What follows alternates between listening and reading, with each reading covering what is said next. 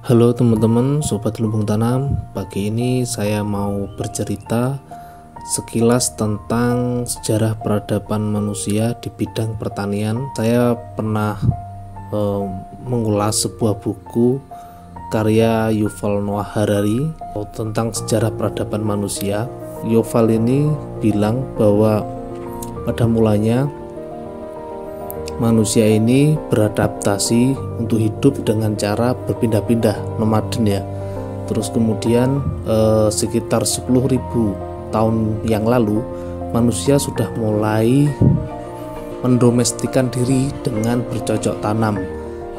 Jadi pada mulanya adaptasi manusia untuk bercocok tanam ini hanya untuk memenuhi kebutuhan pangannya saja.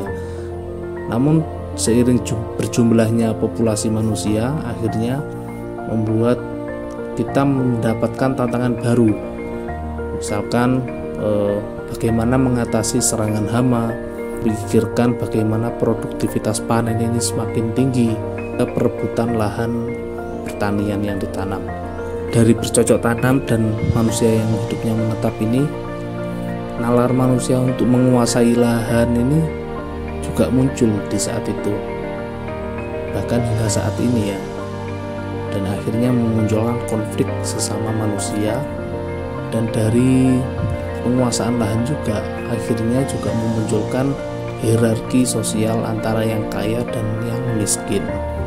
Nah, pola kehidupan yang menetap ini pada akhirnya juga membutuhkan peradaban baru di bidang matematika ya, seperti hitung-hitungan, menulis, karena kan mulai mengenal berbagi atau mungkin hasil pertanian dengan hasil budidaya ternak misalkan, seperti itu.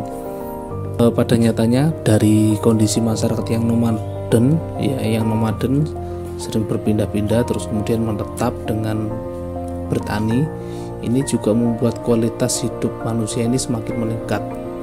Jadi bisa memanajemen diri sendiri, bisa memanajemen komunitasnya, jumlah keturunan yang semakin banyak juga membantu tenaga untuk bekerja di sawah atau menggarap lahan pertaniannya. Dan yang menarik lagi, jadi dari perubahan masyarakat yang nomaden yang terus berpindah-pindah dengan berburu ini, secara fisik kan dulunya mereka itu lebih tegap, terus kemudian tentu lebih gesit saat berlari. Terus kemudian saat revolusi bercocok tanam atau bertani ini dengan hidup menetap, manusia akhirnya dituntut untuk mobilitasnya nggak terlalu banyak, tidak bergerak cepat lagi, justru malah kita harus dilatih untuk menunduk, untuk menanam, memikul beban berat, hasil panen, dan lain sebagainya. Nah, ini tentu juga mempengaruhi kondisi fisik manusia. Dari tantangan itu juga akhirnya muncul nalar bagaimana menciptakan teknologi baru di bidang pertanian untuk mempermudah pekerjaan para petani, misalkan kayak bajak, terus kemudian alat-alat terbaru sekarang ini, bahkan ada yang untuk memanen padi tanpa harus turun ke sawah,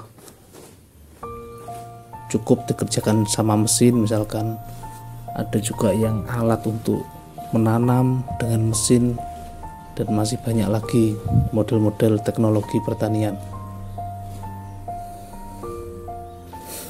Nah, tentu buku ini bisa jadi ruang belajar bersama yang menarik untuk membahas sejarah peradaban nenek moyang kita sendiri, untuk mencari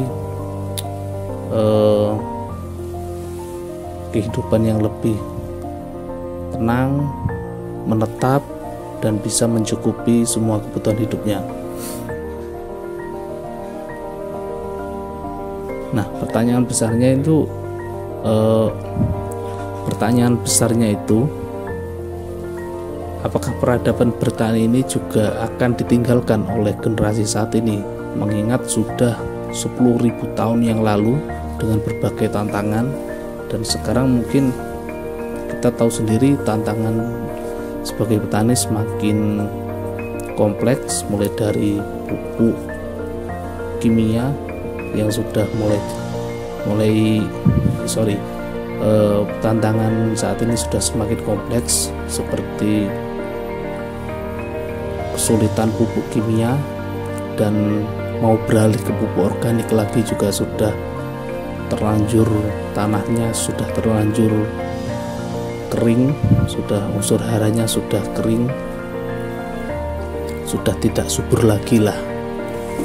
Dan kalau misalkan